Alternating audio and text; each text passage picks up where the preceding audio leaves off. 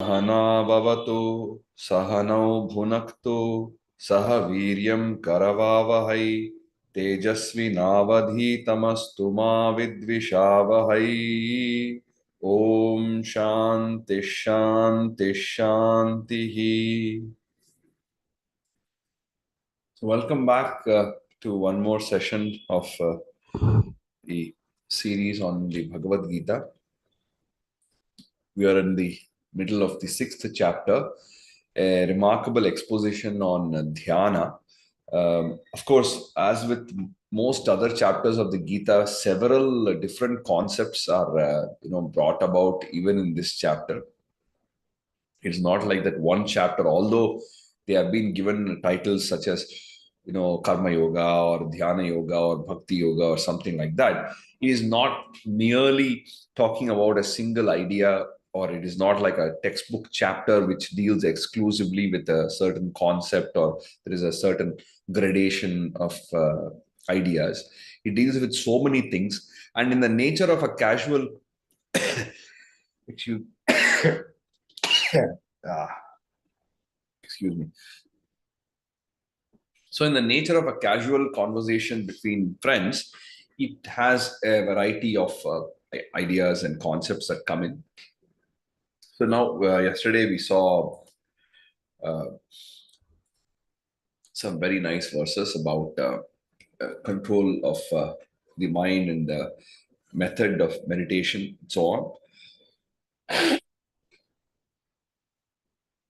Excuse me, I'm having a bit of a cold, so hopefully it will not be as bad as it starts off. So we saw this very famous verse, Asamshayam Mahabaho Manodurnigraham Chalam Abhyasena ta Kaunteya Vairagyena cha Grihyate. That indeed is not a straightforward thing to control the mind, and it is very restless, it is very turbulent, but it can be controlled by two things. One is Abhyasa, assiduous practice, and the other is Vairagya, which is detachment, which is self-control in a way, and mentally keeping away from the sensates, right? As a follow-up shloka to this, the next Krishna says, Asanyatatmana yogo dushprapa iti me matihi vashyatmana tu yatata shakyo avaptum upayataha. So, yoga is very difficult for somebody who lacks self-restraint. But one who has self-control can attain yoga through proper practice. This is my opinion, it says. Asanyatatmana yogaha. So, dushprapaha iti me matihi. Iti me matihi. It is my opinion.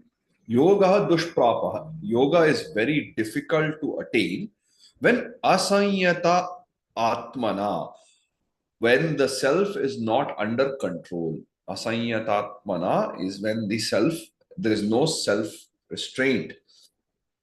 One does not have the sense organs and the body under one's control. Yatata vashyatmana tu upayataha avaptum shakyaha. So, yoga is possible for somebody who has brought his sense organs under his control. Vashyatmana, one who has taken control over the self, or one in whom, or one who has been able to completely rein in the body and the sense organs. So clearly, the emphasis here is on controlling oneself. And when we say controlling oneself, clearly it is controlling the body. In the body, primarily the karmendriya and the jnanendriya, as we know, the five sense organs, the jnanendriya and the karmendriya are the organs of actions. So if we can control these things, only then we can move to the next level, which is controlling of thought. If we cannot control our words, if we cannot control our sense organs, if we cannot control our body, then it is almost impossible to control the mind, because the mind is the one which is driving the body. Only when the simpler things are done, then we can try to go for the higher level things.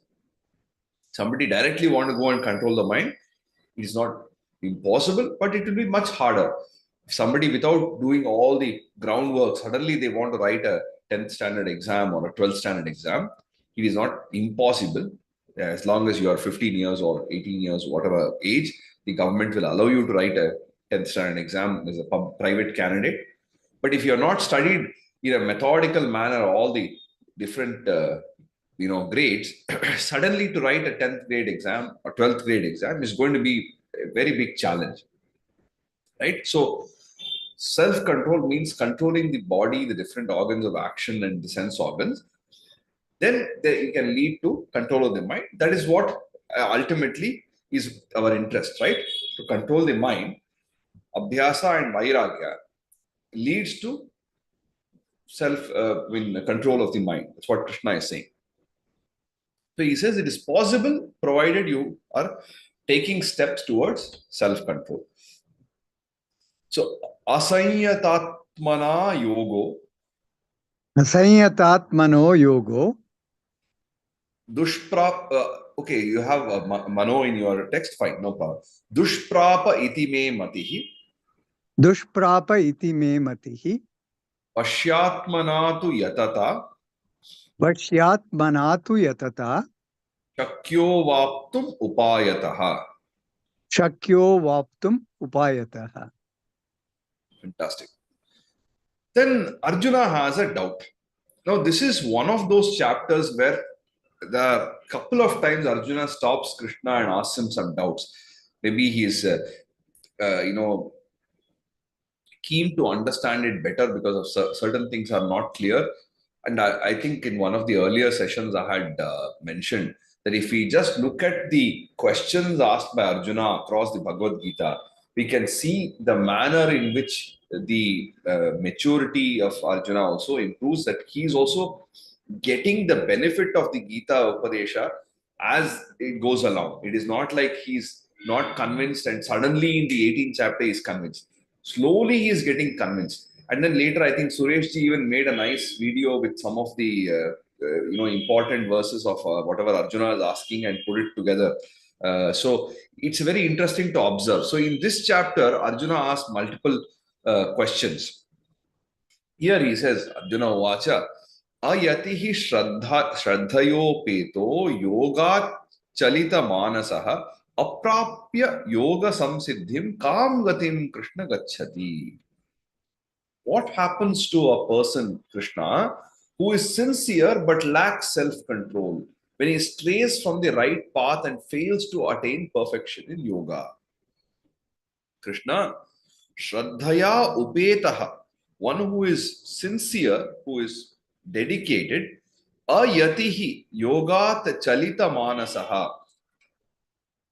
So from yoga, he is, he is disturbed in mind. He lacks self-control, and yoga samsiddhim aprapya. So having missed out on attaining yoga, having strayed from the path that leads to yoga, kam gatim gachati. What happens to him? What is in store for such a person? What is his fate at the end of the day? And he's sincere, but he doesn't have that control. So Shraddhaya, he's got that sincerity, but ayatihi, he is not having self-control, and his mentally he is not so he's not able to rein in everything. He's chalita manasaha, and yoga samsiddhim aprapya. He doesn't attain the perfection in yoga. What happens? What is the fate of a person who is not able to attain this self-control? So Arjuna Uvacha. Arjuna Uvacha. Ayatihi Shraddhayopeto. Ayatihi Shraddhayopeto. Yoga Chalita Manasaha. योगात् चलितमानसः अप्राप्य योग संसिद्धिं अप्राप्य योगसंसिद्धिं काम गतिं कृष्ण गच्छति. कां गतिं कृष्ण गच्छति. Then he says, Kachinno bhaya vibrashtas छिन्नाभ्रम इव नश्यति अप्रतिष्ठो महाबाहो विमूढ़ो ब्रह्मण पति. So, having fallen from both, gone astray on the path to Brahman with no place to stand, will he not perish like a cloud that is scattered and lost in the sky? So, Mahabaho, now he's addressing Krishna. Ubhaya vibhrashtaha. So, on both sides, he's a failure. Ubhaya vibhrashtaha. Having failed on both accounts. Now, what is this both? We'll come to that in just a minute. Apratihi brahmanaha patihi. Pati. On the path. Apratihi brahmana pati. So, he has gone astray on the path to Brahman. Then vimudaha. He is deluded. He's he doesn't know, he doesn't have a place to stand. He's deluded. Chinna abhramiva. So chinna, like, is broken, scattered, separated. Abhra is cloud. So like a scattered cloud, that is law. So chinna abhramiva na nashyati kachit. Will he not perish like this scattered cloud, which is just like a cloud that bursts and just gets scattered all over and has no identity left? Will he not get destroyed like that? Now here, ubhaya vibhrashtaha, ubhaya, he just says, having fallen from both. So here, what is the meaning of both? One immediate reference to both is this idea of practice and detachment, right? So neither he is able to practice nor is he able to get detached.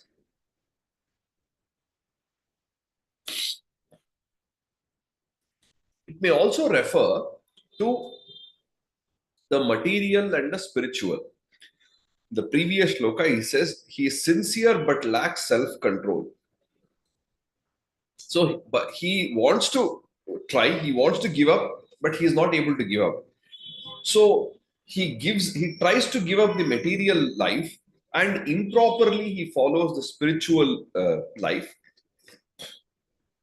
Neither is he successful in the material world, nor is he successful in the spiritual world. Will he not miss out on both these things? This is one way of looking at it. Another way of looking at it is both can refer to the karma marga and the jnana marga.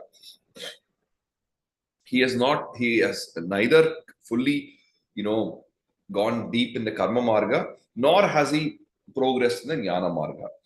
When in both cases, he is confused and he is not attained a higher level, will he not get destroyed? So basically, what he's saying is now, what happens to somebody who is sincere, who wants to change himself, but he lacks the ability to control himself. He lacks the ability to practice, or he is able to practice, but he lacks the detachment. So when all the conditions are not fulfilled, then what happens? Basically, this is one of the doubts, this is one of the problems that all of us are facing at many levels, right? When we think about it, there's a very popular, saying that says that uh, perfect is the enemy of the good. You might have heard this in some context. In our quest to become perfect, we even let go of the good. So when certain things are possible, because we have certain delusions of grandeur and something to be at a very high level, we miss out doing even the basic things which can lead us to betterment. A very simple example that we can find is when it comes to learning something new, like a new language. If any of you have gone to attend any language learning courses, you will know one of the challenges for adults when children learn languages like drinking water.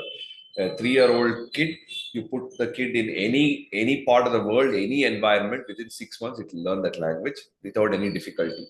For adults to learn a language, it is so difficult simply because after reaching a certain age, after having attained a certain expertise in one language, we expect that in the new language also the moment we open our mouth, perfect sentences will come out. It is not possible because if you're, let's say, you've learned Tamil or Kannada or Hindi or English for many years, you have worked at it, you have cultivated the vocabulary over time, you have a very powerful active vocabulary, you have much bigger passive vocabulary, and all these things. And it becomes so easy for you to, the moment you think, the idea is translated into that language and words come out from your mouth so effortlessly.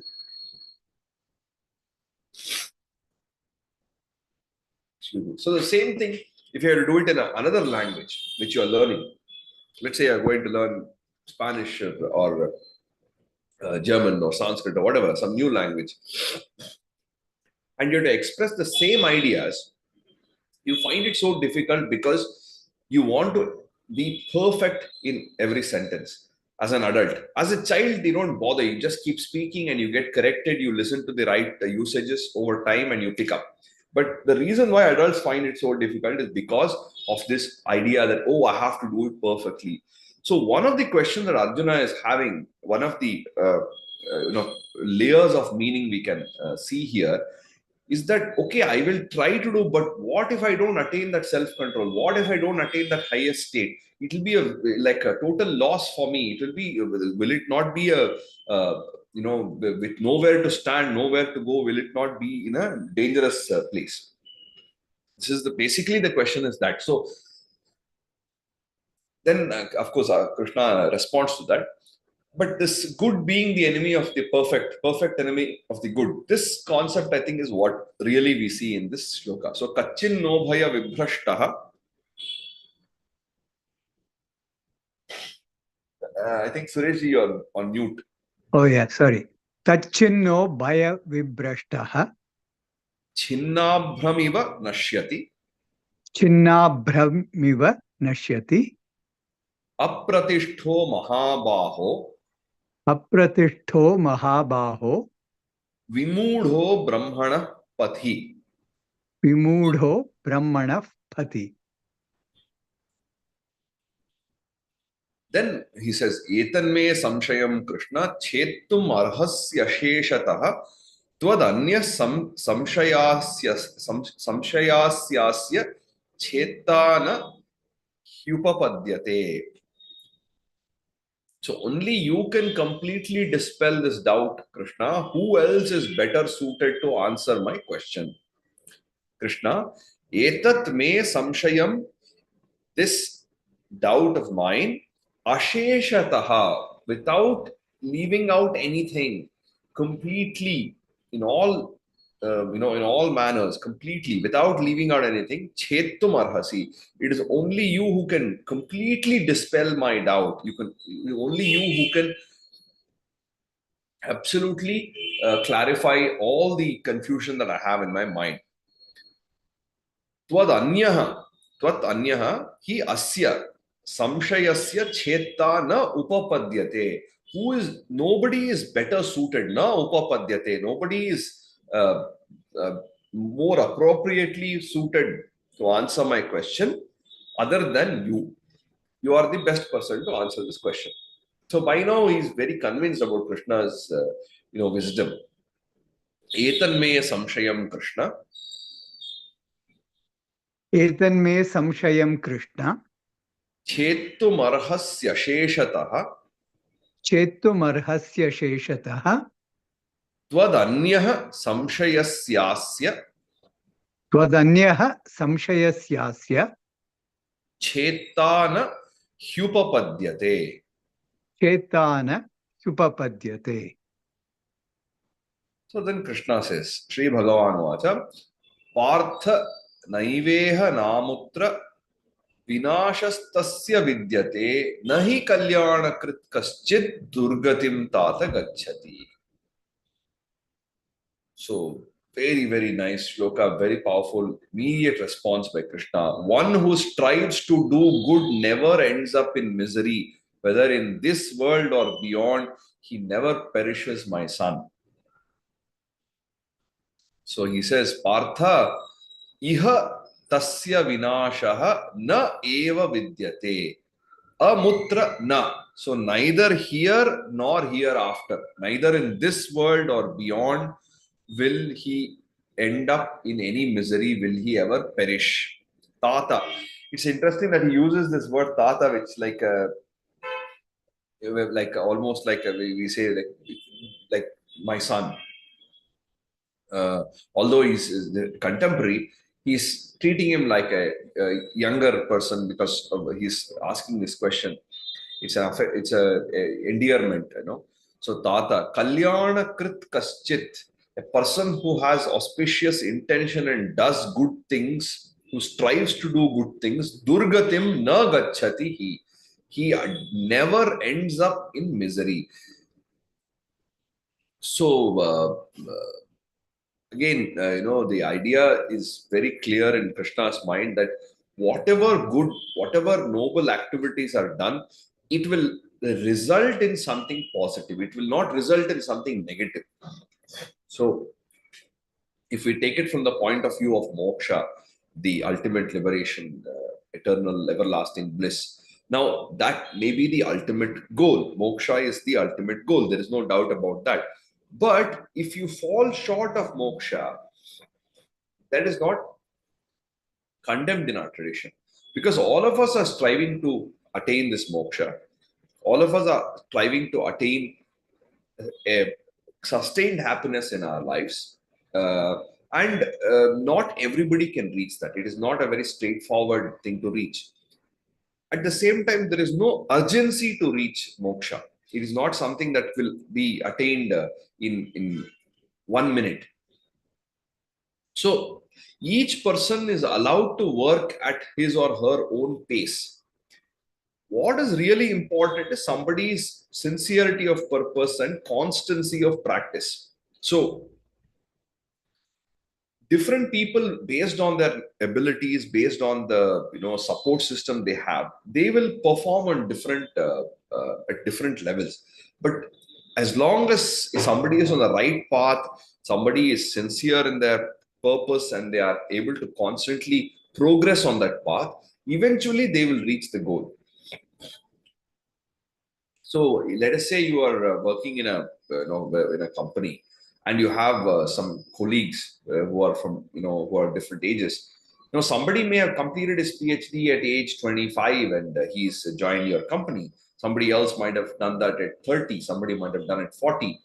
But once they have completed and they are part of this whatever team you are working on, some maybe robotics or whatever your subject is, it doesn't matter. Nobody asks. Once the person has reached that level and is competent in the field, they are not interested to ask, did you do your PhD from MIT? Did you do it when you were 25? Did you do it from some Indian university? Did you do it when you were 50? It doesn't matter as long as you have reached that.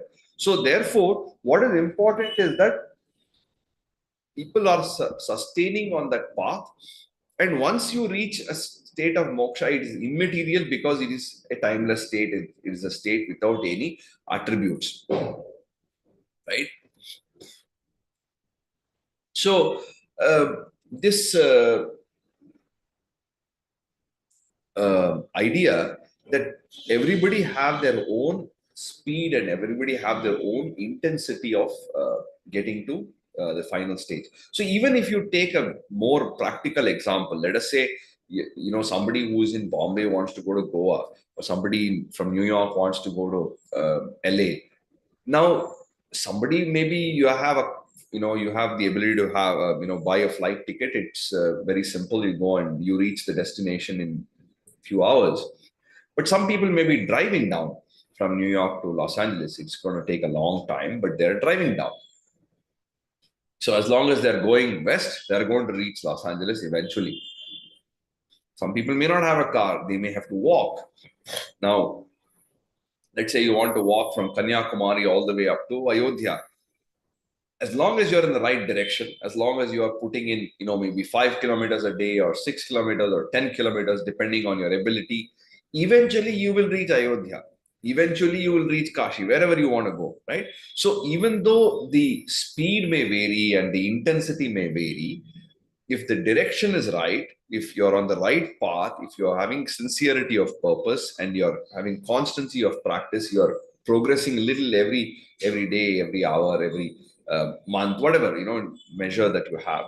Eventually, you will land up where you want to go. So, therefore, a person who strives to do good, person who has got good intention and who's doing good actions, will not end up in something in a bad place. This is a great assurance for uh,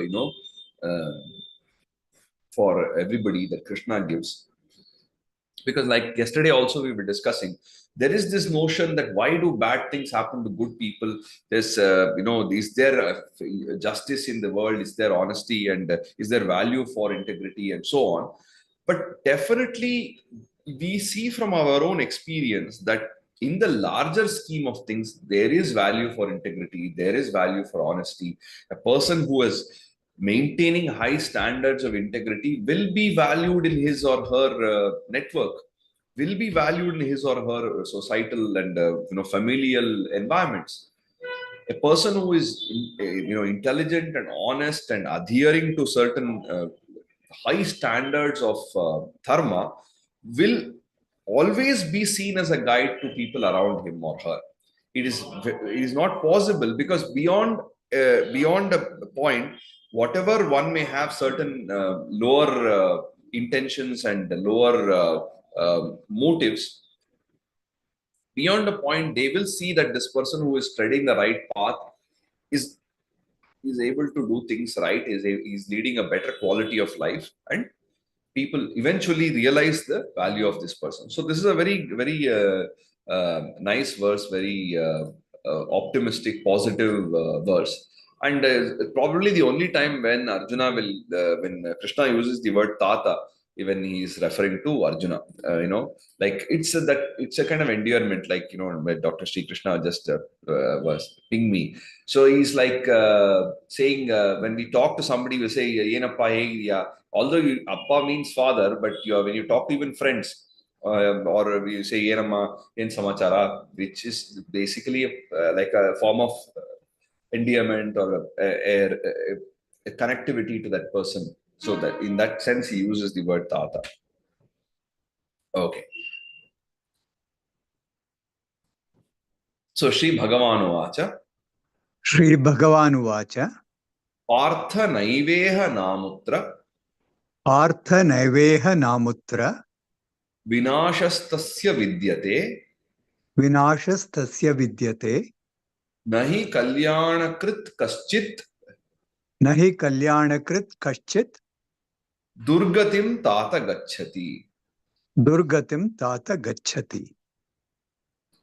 Then he says, Prapya Punya Kritan Lokan Ushitva Shashwati Samaha Shuchinam Srimatam Gehe Yoga Brashto Vijayate.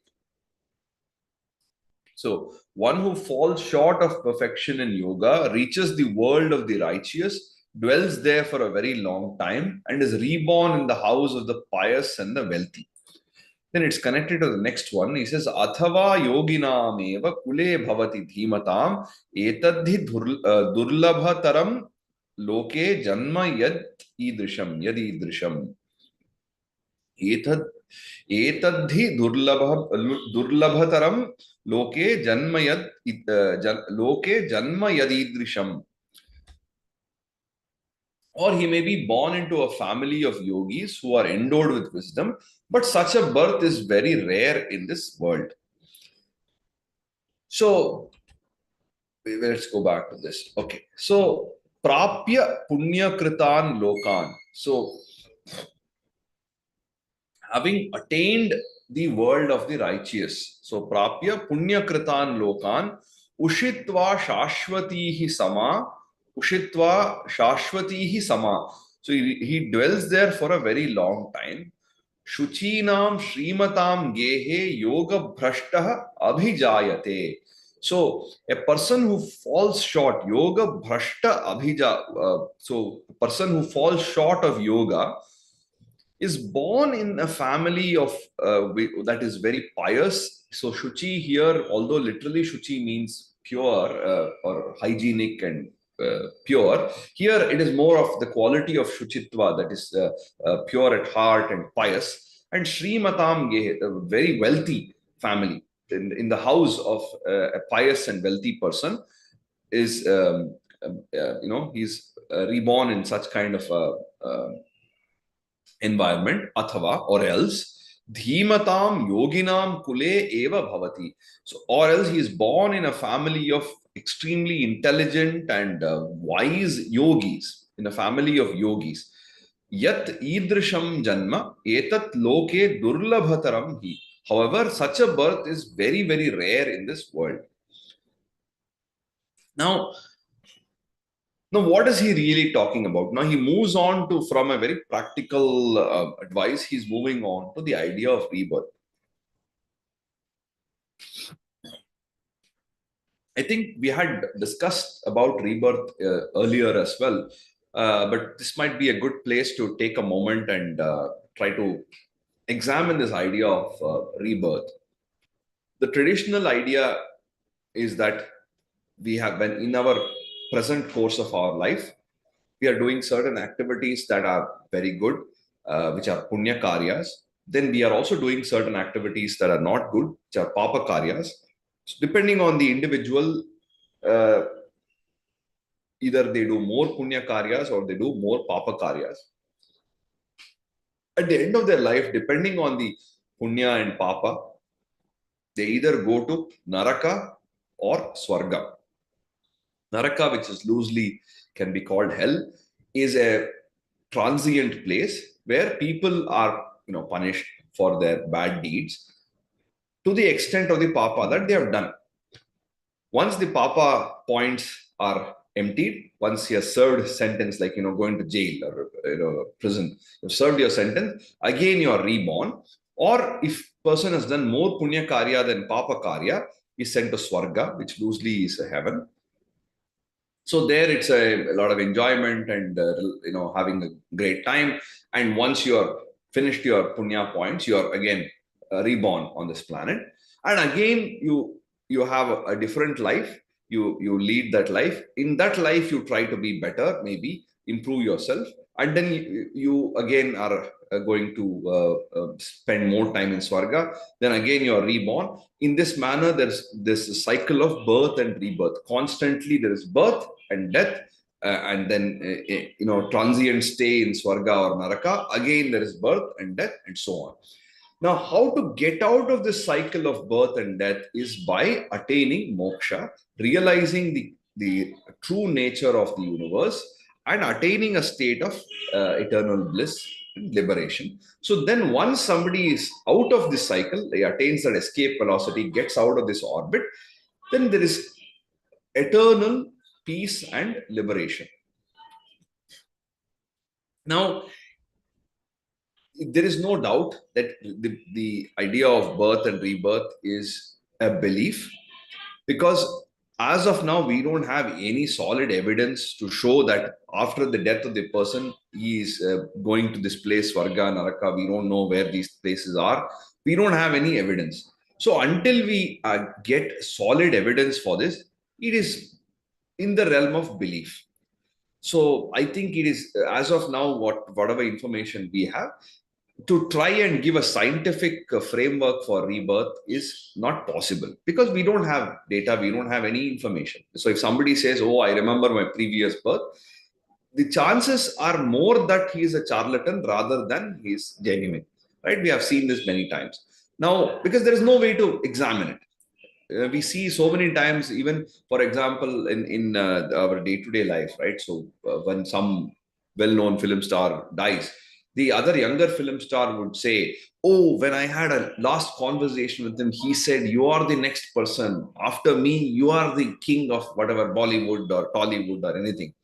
Or similarly, when there's some well-known spiritual leader attains samadhi, some of his shishyas will say, Guruji has instructed, given me the Maha Mantra and told me that you should take forward this. Because there is no way for me to verify. There's absolutely no way for me to verify what a dead person has told you. Now, if I tell you that I had met somebody who died in 2002, okay, before he died, I was in his house and he told me this. There's no witness for this event. It may be true, it may not be true, but there is no way for you to examine the truth of the statement. There is no way for you to verify.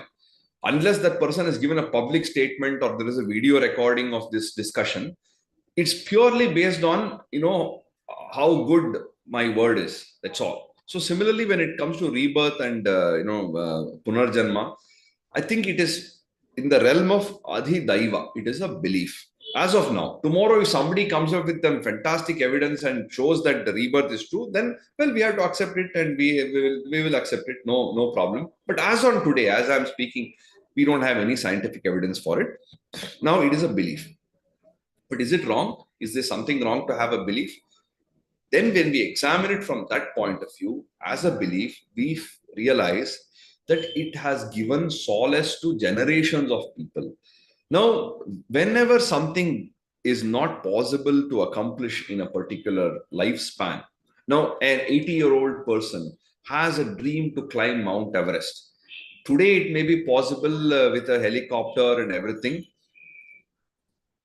to go there. But say 100 years back, there was a person who's 80 years old and has a great desire to climb Mount Everest. If he did not have this concept of Punarjanma, he would be very disappointed and spend his days in great misery saying, oh my God, I cannot climb Mount Everest. This is my life's dream. It's shattered and I have only one life. So that's the end of it. And he feels very dejected. But if he has this belief in Punarjanma, he will be far more at peace with himself, saying that anyway, in this Janma, I could not do it. In the next Janma, let me start early. Let me become a mountain climber. Let me scale the different peaks. So that brings solace. The reality is that, harsh reality is that at age 80, he cannot climb Mount Everest. His body is not in a position to undergo that kind of harsh conditions. The difference, however, is in case A, he says, oh my God, I can't do this and my life is a waste. My dream was this, it could not be accomplished. And he spends the rest of his life in misery. Case B, he says, well, in this life, I could not do it. I will do it in the next life. What is there? No problem. We are all having multiple lives. So if not in this, the next one. So when it offers that solace. Similarly, sometimes, not everybody has a birth that is very conducive in a rich family or with wealthy parents, with educated parents or well-connected parents or very humble and simple, good-natured parents. Not everybody have that benefit. Sometimes children are born into families where parents are quarreling or uneducated or extreme poverty, or they are children of criminals. So a birth, you are born into a family where you don't choose your family. Now, if you are constantly feeling depressed about the fact that you are born in such abysmal conditions, or you are born in with a certain handicap, or you are born with certain deficiencies, you have the potential, and it is nobody will find fault with you. You have the right to complain the rest of your life. If somebody is blind, it is such a huge handicap. Almost the entire life itself is gone if somebody is born blind or without limbs or without the power of hearing and so on. But how do they find solace when, if they are believing in this idea of rebirth and papa and punya, they can bring some solace to their mind, saying maybe in a previous janma I have done something wrong, I have done some papa karya, therefore I am having certain handicap. I will accept the reality. Now, the reality is not going to change. Whether there is rebirth, no rebirth, the person who is having a handicap, person who is born to criminal parents or whatever it is, that reality won't change. But the manner in which they approach life, The solace that they get, if they have belief in this idea, will be different. So therefore, I think if somebody has belief in Punarjanma and rebirth and Papa and Punya and all these things, definitely it has value for them to attain some amount of tranquility in their lives. But for people who don't have this belief, who are rational in their approach, they need to find some other mechanism to attain the solace. That's all. There is no problem. If somebody says, I don't believe in rebirth, there is nothing wrong with that. But how are you facing the difficulties in your life? Do you have some mechanism to deal with it? If you have, then no problem. Because the ultimate objective for all human beings, for everyone in this world, is to try to attain a peaceful state of being, is to try and be happy, is to try to reach a state where we can be of some use to other people, having fulfilled our desires. This is a requirement of everybody. So therefore, we need not be critical about people who have such beliefs. We need not be critical about people who don't have such beliefs. What is important, through some means, whether it is through belief, that is through bhakti yoga, whether it is through jnana yoga, through karma yoga, through some path, you try to reach a state where you're comfortable. So basically, that is the idea that he's bringing here, that don't worry, even if you don't attain perfection in yoga, in the next birth, you will be born, reborn in a thing, you will continue from where you left off, and so on. Right? Okay. So a little bit of an extra deviation, but I thought this is an important topic. People will have questions. So, prapya punya kritan lokan, प्राप्य पुण्य कृतान लोकान, ushitva shashwati samaha, उषित्वा शाश्वती समाः, शुचीनाम श्रीमताम गेहे, शुचीनां श्रीमतां गेहे, योग भ्रष्टोभिजायते. योगभ्रष्टोऽभिजायते. अथवा योगिनामेव अथवा योगिनामेव कुले भवति धीमताम् कुले भवति धीमताम्, एतद्धि दुर्लभतरम् एतद्धि दुर्लभतरम्, लोके जन्म यदीदृशम्.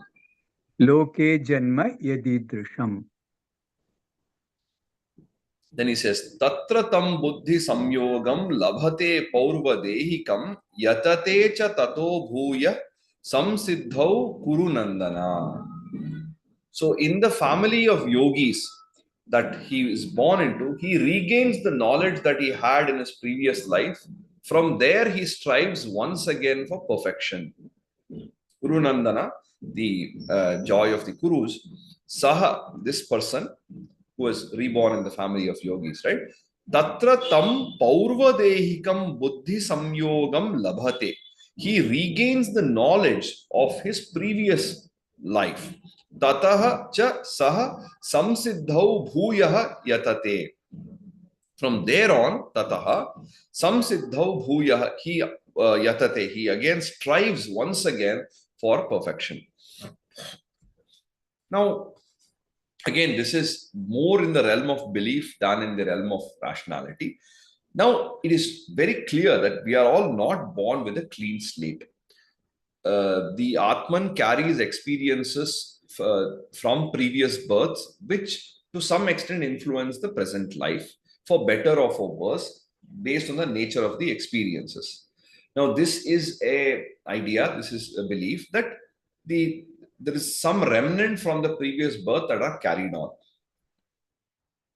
Birth is not, when we are not like completely born in a clean state. There are some natural qualities and innate tendencies that we have. Some children are so skilled in music when they are 3 years old. They're so good at dance when they are 3 or 5 years old. So there are some children we see with amazing natural talent. It is not possible for them to have learned it at that age, in a methodical way. It is innate. No, how do we explain this? We have to have some mechanism to explain. Now they say it is because of genetics and DNA and something like that. But at that point of time, the way to explain this was there is some previous birth, and from that this is continuing. Because otherwise, how is it possible? I mean, I have also seen some of the videos, when young people who are great musicians at their younger age.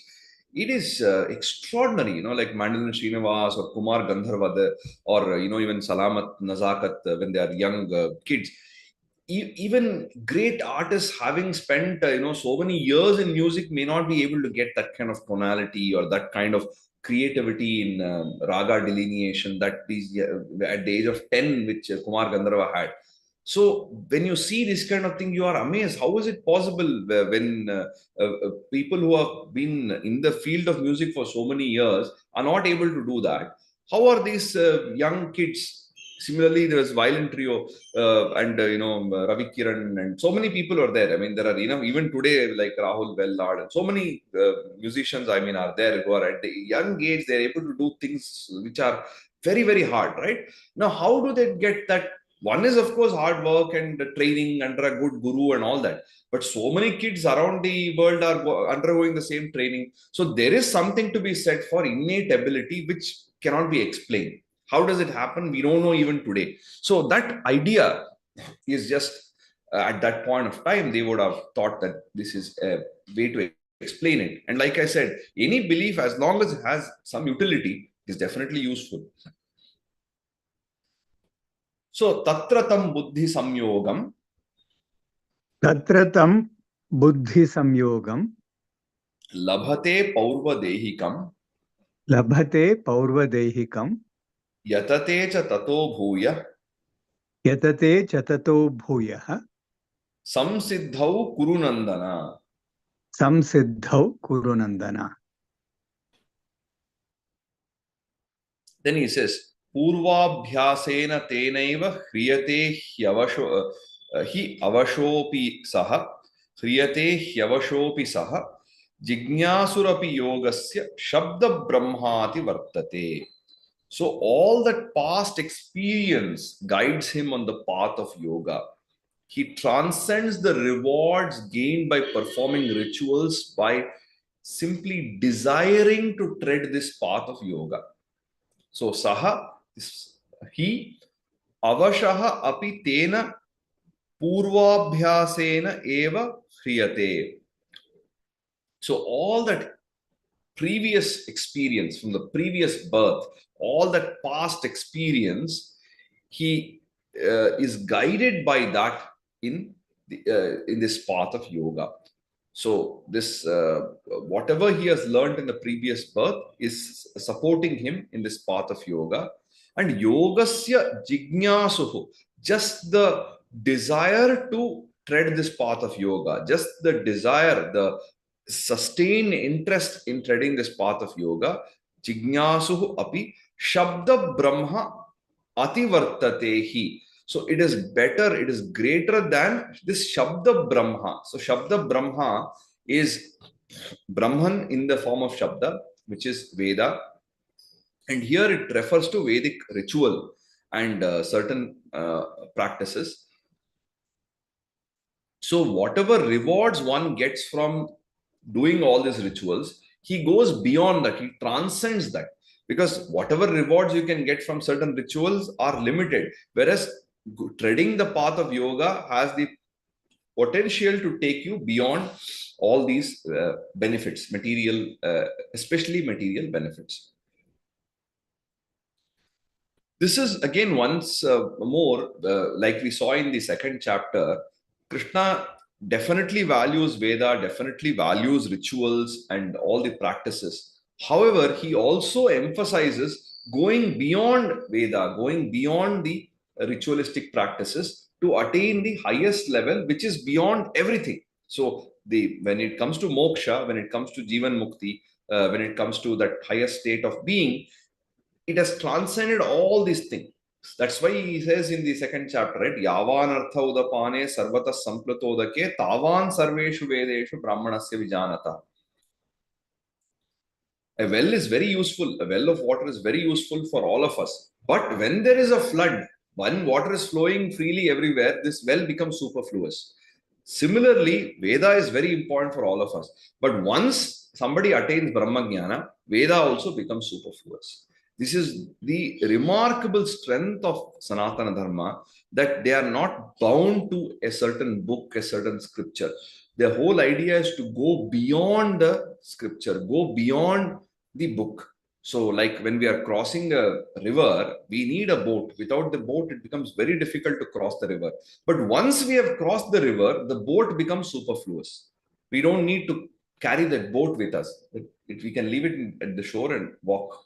So, like that, Veda and all the scriptures and guides, this is only for us to cross this ocean of samsara. Once we cross that ocean, we don't need this boat, we don't need the boatman, we don't need any of these things.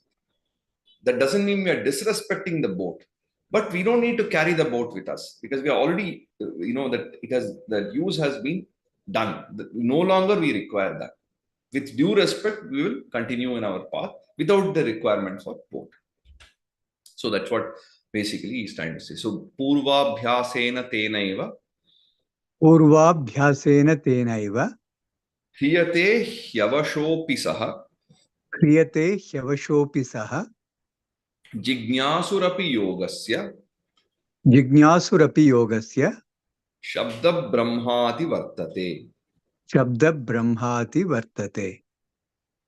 See, one of the things which you can see across the length and breadth of the treatises in Sanatana Dharma is that it is not a system of philosophy, it's not a system of life that promotes extremities. It is something that promotes common sense and balance and a sort of multi-pronged approach that is suited to different people. So there is a lot of possibility of customization. It is not like this stubborn old person who only wants it in a certain way. It is like a very flexible and open-minded person who is willing to accept different points of view. So again and again, we see that there is no one rigid path. They are not against ritual. They are not only supporting ritual. If you are a person who is of that mind, who likes to do ritual, who are more on upasana, so be it. If you are a person who prefers dhyana and pranayama and yoga, so be it. If you are a person who likes to do deep thinking on certain concepts and you have that critical analytical abilities, you go on that path. If you have no time for any of these things, you're so busy with your work, then just you have spent some time in praying, doing some little bit of a prayer, and you continue your work, focus on your work, try to do that with less detachment. Try to do that with less attachment to the possible outcomes. So like this, depending on your specific requirements, it can be tailor made to suit the convenience. So it is not like, oh, this is the only way you have to do it, this is the only thing which is right. So there is so much of opportunity and options. Then prayatnad yatamanastu yogi samshuddha kilbishaha aneka janma samsiddhas tato yati param gatim. So striving with great effort over several births, a yogi cleanses himself of all the defects and attains the final goal. Samshuddha kilbishaha. So having cleansed all the dirt and taint and sins, problems, defects, having cleaned up all these things, prayatnat yatamanaha, through great efforts and attempts and controlling the mind, controlling the controlling the yatamanaha, the yogi, to indeed aneka janma samsiddhaha, through over several births, tataha param gatim yati, then he attains the ultimate state, he attains the final goal. And the final goal is to attain Brahman, which is the same as liberation from the cycles of birth and death, mukti, sustained bliss, whatever you want to call it, the ultimate state, what we call moksha, is that. So through striving over with effort over many births, yogi cleanses himself of his defects. Another notion, another reason I think why they have created this concept of rebirth and punarjanma and striving over many births is because they wanted to actually underscore or emphasize the importance of efforts required to attain moksha. So I think it's one should not get a wrong notion that it's very easy to attain moksha. Oh, you want moksha? Very good. You just go and you buy a coupon and put it there. You get it. It's not that. So it's not just that you have to work for 50 years, 100 years. It will take 1,000 years, and you need to spend so many janmas to attain it. It is such a difficult thing. So I think also it's a sort of a hyperbole or an exaggeration to show how difficult it is. So it may not require, it may be possible at the end of even one birth, but when you project it as if it's going to take so much of effort, then people realize its importance and they realize the seriousness. So that's also one of the things I feel why they have created this idea. Prayatnad yatamanastu प्रयत्नाद्यतमानस्तु yogi samshuddha kilbishaha योगी संशुद्ध किल्बिषः अनेक जन्म संसिद्धः अनेक जन्म संसिद्धः ततो याति पराम गतिम. ततो याति पराम गतिम्. So when you read the two lines together, it becomes aneka janma samsiddhas tato yati param gatim. When you read it separately, it will become samsiddhaha tato yati param gatim. Then we have just two more verses in this chapter, which we'll finish up today. Tapasvibhyodhiko yogi jnanibhyopi matodhikaha karmibhyaschadhiko yogi tasmad yogi bhavarjuna. So here he's talking about the hierarchy. A yogi is superior to an ascetic. A person who is practicing severe tapas meditation, yogi is superior to an ascetic. A yogi is also superior to a learned person, a vidwan. A yogi is definitely superior to a ritualist, a person who is performing religious rites just for the sake of favors in the material world. So therefore, you try to be a yogi. Your focus should be to become a yogi. So yogi tapasvibhyaha adhikaha mataha. Mataha, it's my opinion that a yogi is greater than a tapasvi. Adhikaha is superior to a tapasvi. Jnanibhyaha api adhikaha. He is also better than a jnani. He is also better than a learned person. Because here what he is referring to is a jnani in this context should be understood as somebody who is learned, who is wise, who is a vidwan. But a yogi is practicing that jnana in real life. Is practicing, is applying that knowledge. So here I had mentioned earlier that jnana itself means doing. Knowing, doing, becoming are the same in our tradition. But here is specifically referring to people who are very learned, but they may not necessarily be practicing in their life. So jnanibhya api adhikaha. Karmibhya cha adhika is better than a person who is doing karma all the time. So here karma can either be taken as rituals or can be taken as somebody who is always doing certain work, who is not doing things with detachment. So Arjuna, tasmat yogi bhava, therefore become a yogi. That is the best, because all the other people, whether it is a tapasvi or a jnani or a karmi, they are all attached to some extent. They are entangled to some extent. Yogi, in this case, the way he is defining it, is not entangled. So tapasvibhyodhiko yogi, तपस्विभ्योऽधिको योगी ज्ञानिभ्योऽपि मतोऽधिकः ज्ञानिभ्योऽपि मतोऽधिकः कर्मिभ्यश्चाधिको योगी कर्मिभ्यश्चाधिको योगी तस्माद् योगी भवार्जुना. तस्मात् योगी भवार्जुन.